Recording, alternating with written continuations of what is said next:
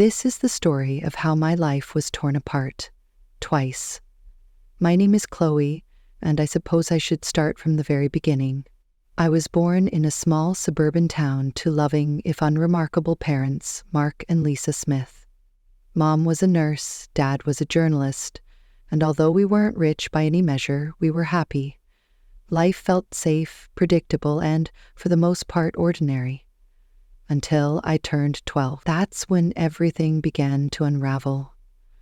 It was a damp Tuesday night, and my parents had just left for a dinner party. I was at home with my grandmother, watching a silly cartoon. The phone rang. The sound itself was ordinary, but what came after it, what came next, was anything but. I'll never forget the chill that ran through me when I heard my grandmother's quiet sobs from the kitchen. My heart seized in that moment. In the days that followed, the world felt like it had shifted off its axis. They told us that my mother had died instantly in the crash, but Dad?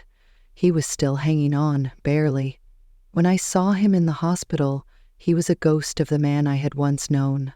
The doctors said he would never walk again. His legs, crushed beyond repair, had taken away everything he was, everything we had been. He reached for my hand and croaked, "Chloe."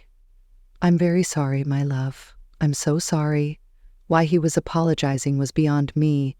He had nothing to do with the intoxicated motorist that crashed into their vehicle.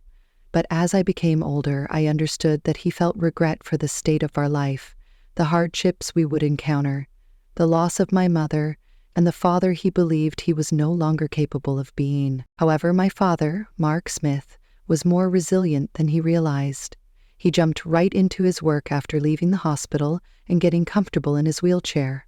Having always been a gifted writer, he now focused all of his concentration on his work as an editor at the main newspaper in the city.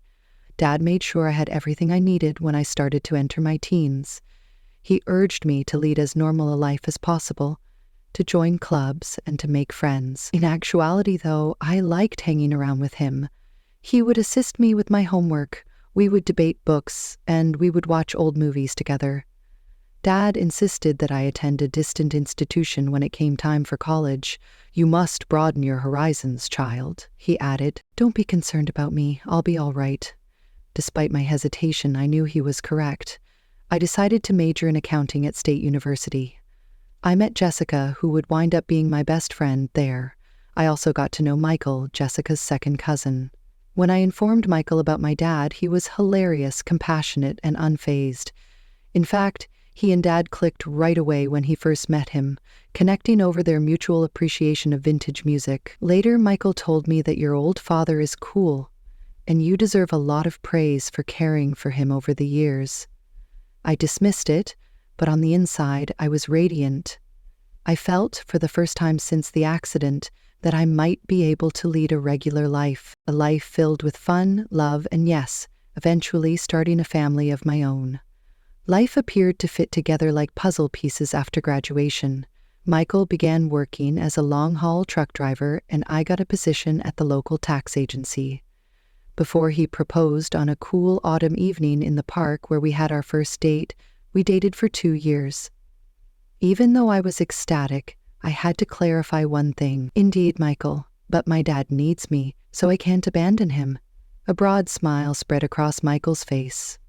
"There is no other way I would have it. We'll all share a home. The 3 of us can fit in your dad's apartment, right?" The wedding was modest but exquisite. To give me away, Dad insisted on wheeling himself down the aisle. The house was full of people. I had the impression that I was living out a fantasy as I stood there holding Michael's hand. However, every fairy tale has its antagonists, and mine were my sister-in-law Emily and mother-in-law Karen. I could tell they disapproved of me as soon as I met them. "Your dad is handicapped, then?" When we first met, Karen had asked, wrinkles appearing on her nose, as though she had smelled something disagreeable. Trying to sound indifferent, I corrected him. "He's disabled, however. He is employed as an editor." "How nice," she said, obviously not interested. "Michael, are you certain about this, my love? There are a lot of lovely females from decent homes." My face burned with shame and rage. Bless him, Michael sprang to my defense right away. Chloe comes from a good family, Mom, that isn't altered by her dad's disability. All that matters is that I love her." Karen stopped talking after that, but I could still sense the displeasure in her eyes. Emily was just as aloof toward me, following in her mother's footsteps. As promised, Michael moved in with Dad and me after the wedding. Our lives settled into a cozy pattern. Michael would be traveling for days at a time, while I worked at the tax office, and we would all get together for supper when he got home. However, the atmosphere in our house altered whenever Karen and Emily came to visit. They would hardly acknowledge Dad's presence as they strutted around as if they owned the room. It's unfortunate that I once heard Karen murmuring to Emily, "Michael has a lot of room for improvement. He is now forced to live with this daughter and her father who is disabled. Can you picture the Jeans if they have children?" Despite my anger, I held my tongue. I made an effort to maintain harmony for Michael's sake. However, it was becoming increasingly difficult. I sobbed one evening following a particularly tense visit from Karen and Emily. I was crying when Michael discovered me in our bedroom. He pulled me into his arms and murmured, Hey. "What's the matter?" I hiccuped. "Your sister and mother, they despise me. They believe that because of Dad, I am unworthy of you." Michael's expression grew stern. "That is absurd. I now consider you and your father to be family. It is their problem, not ours, if they are unable to accept that." Although I was reassured by his words, I couldn't get rid of the thought that our problems with Karen and Emily were only getting started. As the months went by, Michael's trucking company started to grow. He was constantly traveling, driving his large rig around the nation. I pushed myself into my work at the tax office and spent my evenings with Dad, even though I missed him greatly when he was gone. I was helping Dad get into bed one crisscrossed evening when Michael called. Over the telephone, his voice was brimming with enthusiasm. "I've been thinking, Chloe," he added. "What are your thoughts on purchasing a townhouse? Your dad may go around more easily in a wheelchair. He ought to get outside more. You could also have a garden, something to occupy you while I'm traveling." I grew more receptive to the concept as he spoke. I looked at Dad, who was trying to hide his ears. "Dad, what do you think?" I put the phone on speaker and asked. Dad's eyes glowed. "I'd like a garden," he said, "and going outdoors would be simpler." That resolved the matter. We plunged ourselves into house-seeking over the course of the following few weeks. At last, we discovered the ideal location. A large townhouse with roomy doors, a roll-in shower for Dad, and a lovely backyard. Although taking out a mortgage was frightening, we were able to make ends meet with the help of Dad's former apartment rent, Michael's and my salary, and other sources. On a bright Saturday in the spring, we moved in, and I will always remember Dad's expression when he wheeled himself out into our new patio. His eyes were watery as he remarked, "This is perfect, sweetie. Thank you." We settled in and made the place our own over the course of the following few months. I established a little vegetable garden, and Dad would spend hours outside enjoying the fresh air and sunshine. It was beautiful. The housewarming party followed. Yes, Karen and Emily were invited, along with acquaintances and co-workers. When they arrived, fashionably late, as usual, the party was in full swing. With scarcely disguised envy, they strolled in and looked at everything. I could see Karen's thoughts racing as we made our way through the home. She smiled mischievously at me as we arrived at the main bedroom. "You know," she whispered softly, "Chloe, Michael and I would be thrilled with this. How about putting your dad in a nursing home? I may then take up residence here." It seemed as if someone had hit me.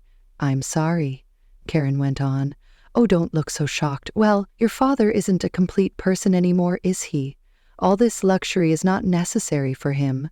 For someone in his situation, a nursing home would be more than sufficient." Karen marched out to the terrace, where Dad was talking to some visitors before I could reply. She seized his wheelchair's handlebars and began pushing him in the direction of the driveway, which horrified me. I sprinted after her and yelled, "Karen, what are you doing? He can remain outside if he refuses to go to a nursing home," she said. "Isn't that what you wanted? For him to be outside?" I was trembling with anger and shock. Fortunately, Michael had heard the noise and rushed over. When he realized what his mother was doing, his face flushed red with rage. He yelled, "Mom, why on earth are you doing this? Now let go of Mark's chair." Karen seems taken aback by Michael's tone, but I was simply, "Honey?" Michael interrupted. "I don't want to hear it. Emily and you have to go, right now." Michael apologized excessively to Dad and me after they departed. His voice broke as he said, "I'm so sorry." "I didn't know she would," I apologized sincerely. Dad put his hand out and gave Michael a pat. "Son, it's not your fault. Some individuals simply do not comprehend." After the housewarming incident, life found a new rhythm. I was perfectly content with Karen and Emily keeping their distance. To assist pay for our new mortgage, Michael pushed himself into his profession and took on longer distance routes. I divide my time between taking care of Dad in our house and working at the tax office. In the blink of an eye, 2 years went by. Our lives settled into a cozy pattern. Our small family was content when Michael was home, but he was usually on the road. Dad appeared to be happy to spend his days working on his edits at home or in the garden, and his health remained steady. The call that rocked my world then arrived. My phone rang when I was at work. I heard a masculine voice I didn't recognize. "Mrs. Thompson, this is Highway Patrol Officer Rodriguez." My stomach sank with my heart. I did manage to squeeze out, "Yes. I regret to notify you of the tragic accident that your husband, Michael Thompson, was involved in." The remainder of the discussion was a haze. I couldn't process the words that swirled about me, such as head-on collision and didn't make it. Reality didn't start to set in until I heard myself thanking the officer and hung up. Michael had left. The following week was a blur of sadness and incredulity. Like a robot, I went through the processes of funeral preparation, hardly understanding what was going on. I called Karen the day before the funeral to brace myself. I believed that I should be the one to inform her of her son's passing, rather than some faceless newspaper obituary. "Hi there," Karen's piercing voice responded. I shook my voice and said, "Karen, it's Chloe. It concerns Michael. He is no longer there. An accident occurred." On the other end of the telephone there was quiet.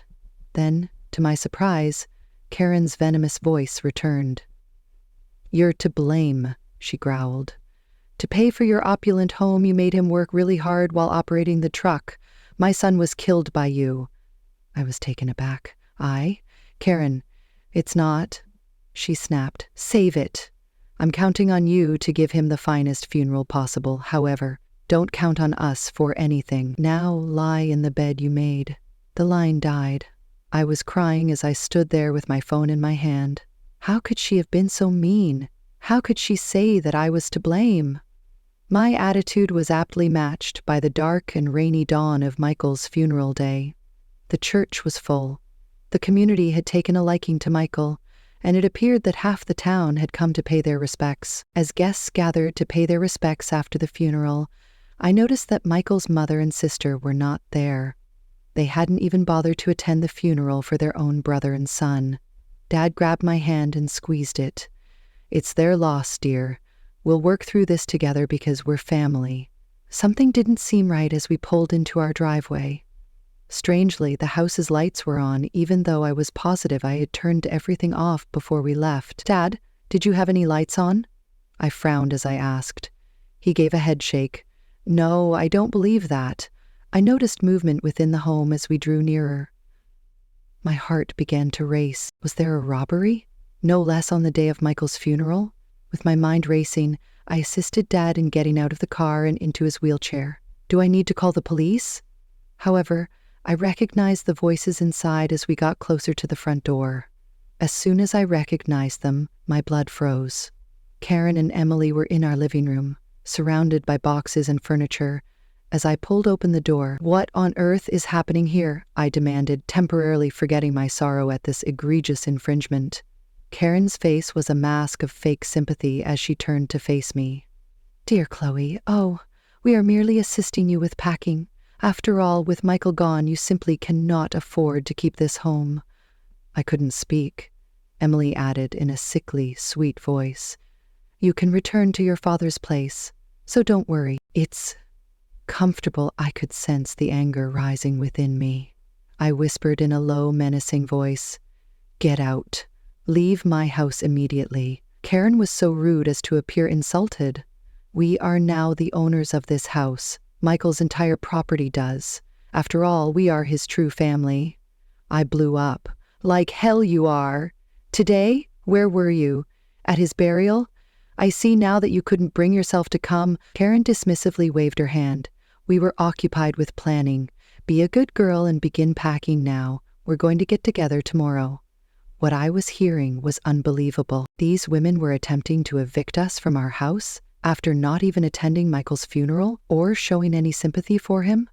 I took out my phone and said, "I'm calling the police." Emily and Karen looked at one another anxiously. Obviously, they hadn't anticipated my retaliation. Karen started to say, "Now, Chloe," but I interrupted. "No, I will contact the police if you don't leave my house within 5 minutes. I call this place home. I purchased it with Michael. You're not entitled to be here."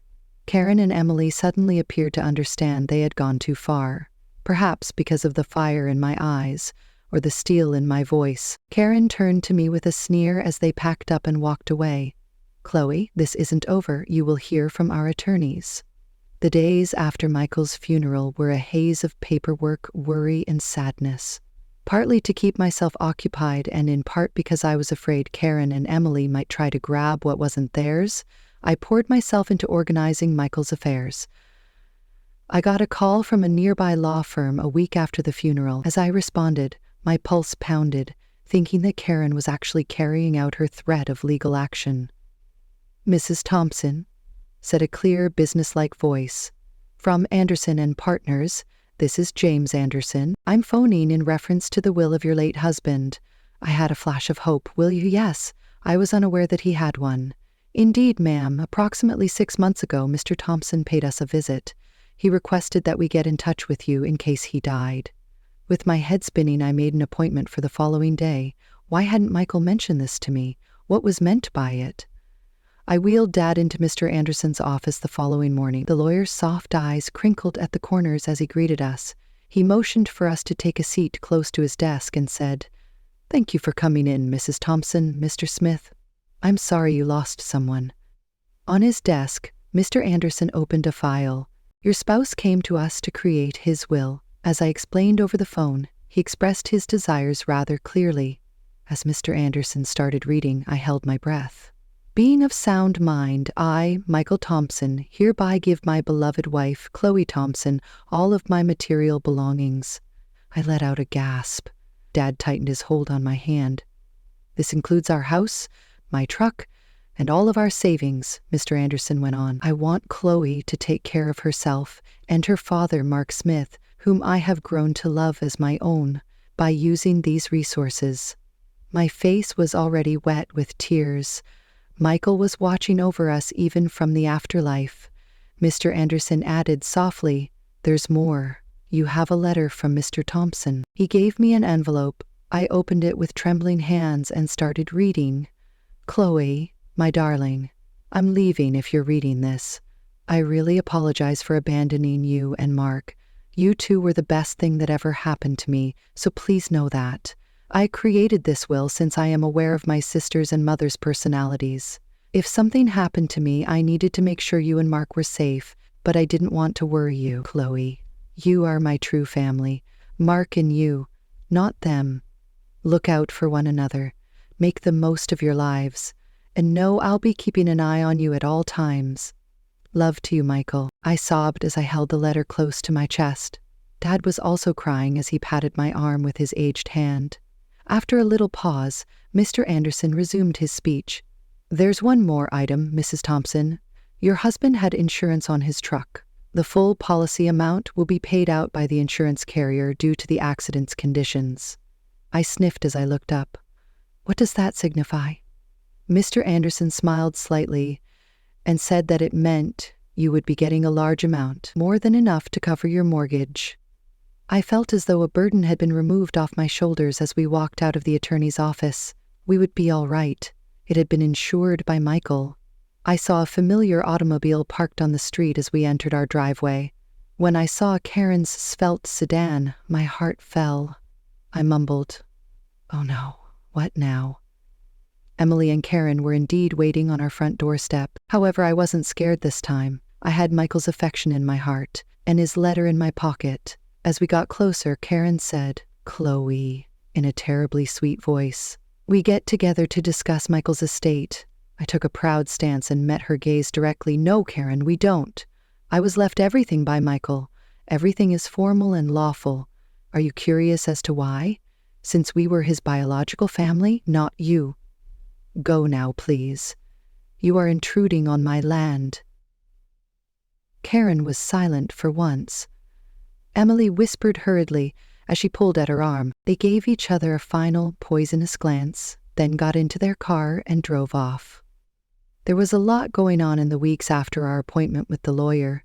Appreciating the diversion from my sorrow, I poured myself into resolving Michael's affairs. As promised by Mr. Anderson, the insurance reimbursement was sufficient to cover our mortgage and provide us with enough of money left over. While searching through Michael's desk one afternoon, I stumbled upon a little journal. I opened it out of curiosity and discovered pages full of his sloppy handwriting. It served as a kind of journal, recording his ideas and future intentions for us. One entry said, "Considering establishing a college fund for our future children. Wish to ensure that their life starts off as well as can." My heart tightened. We had discussed starting a family eventually, but we had made the decision to put it off until we were in a better financial position. I now experienced a new wave of pain as I read of Michael's personal aspirations. I held the notepad close to my chest and muttered, "Oh, Michael." We had a lot of plans. I couldn't sleep that night, so I tossed and turned. My thoughts kept going back to the journal and the unattainable future. I dreamed about Michael when I eventually fell asleep. He extended his hand to me while grinning. In my dream, he said, "It's okay, Chloe. Everything will work out okay." The following morning, I felt strange. Something had changed, but I couldn't quite place it. I felt sick to my stomach while I was getting ready for work. I just managed to get to the restroom in time. However, the morning sickness continued as the days passed. I initially attributed it to stress and sadness, but another possibility was spoken by a tiny voice in the recesses of my mind. After a week of this, I finally found myself looking at pregnancy tests while standing in the drugstore aisle. I purchased one with shaking hands and rushed home. The longest 3 minutes of my life were spent waiting for the outcome. Upon examining the test at last, I noticed 2 distinct blue lines. A range of emotions overcame me as I collapsed on the restroom floor.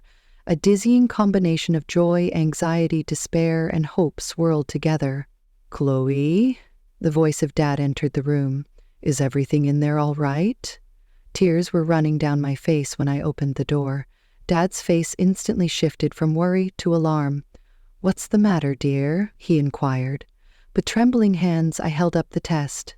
"Dad, I'm expecting," I sobbed as I collapsed into his arms. Like he used to do when I was a little girl, he held me and stroked my hair. "It's all right," he whispered. "Everything will work out. Chloe, you're not alone, and what a treasure this baby is, a lasting fragment of Michael." I could relate to what he said. This child was a continuation of our love and a part of Michael. Suddenly, a fierce determination took the place of the terror. I wiped my eyes and said, "You're right. This infant is a present, and everything will be all right." Dad grinned, crinkling the corners of his eyes. "My daughter is that. Let's get you a bite to eat now. After all, you're dining for 2 now." I could feel optimism blossoming in my chest as we walked to the kitchen. Yes, there would be a difficult road ahead, but I believed we could overcome anything since my father was at my side and Michael's child was developing inside of me. I discovered a power I was unaware I possessed as my belly expanded with our child. Dad was my pillar of support, constantly lending a helpful hand or a kind word. With only the 2 of us, we established a new routine and looked forward to welcoming the newest member of our small family. I heard a car come up one lovely afternoon while I was taking care of the garden that Dad and I had planted together.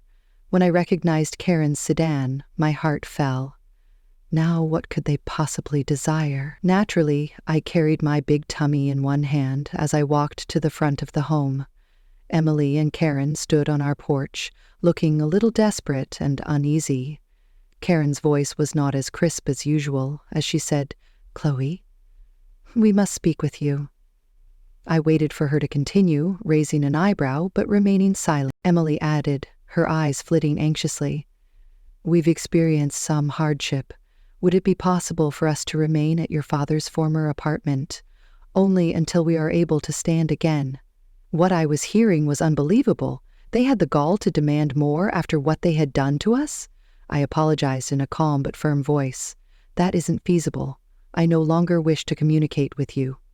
When Karen saw my growing tummy, her eyes narrowed. A mixture of disdain and dismay twisted her expression. She spat. "You're pregnant? Already? You are a small-time sex worker. It's hard to believe you've already moved on to another man. The ground doesn't even seem to feel cold beneath Michael's body anymore." A surge of anger rippled through me, but I forced myself to keep it under control. I didn't use the excuse of Michael's child to justify anything. That wasn't the point. I didn't want my child growing up with someone like her, with an aunt and a grandmother who were so clearly disconnected from the truth. Instead, I flashed a small, almost elusive smile, a grin that only seemed to unsettle Karen even more. "Don't concern yourself with my personal life," I said, my voice even colder than I intended. I think it's time for you to leave." Karen hesitated, as if she wanted to say more, but something in my tone must have stopped her. She grabbed Emily's arm and without another word turned and stormed off. I watched them drive away, an unexpected calm settling over me. I had held my ground. I had kept my dignity intact, stood firm in defense of my family. Michael would have been proud of me. For more stories like this, and to see what happens next in this tangled web, don't forget to subscribe to the SoraBook channel. Trust me, you won't want to miss what's coming in the next video.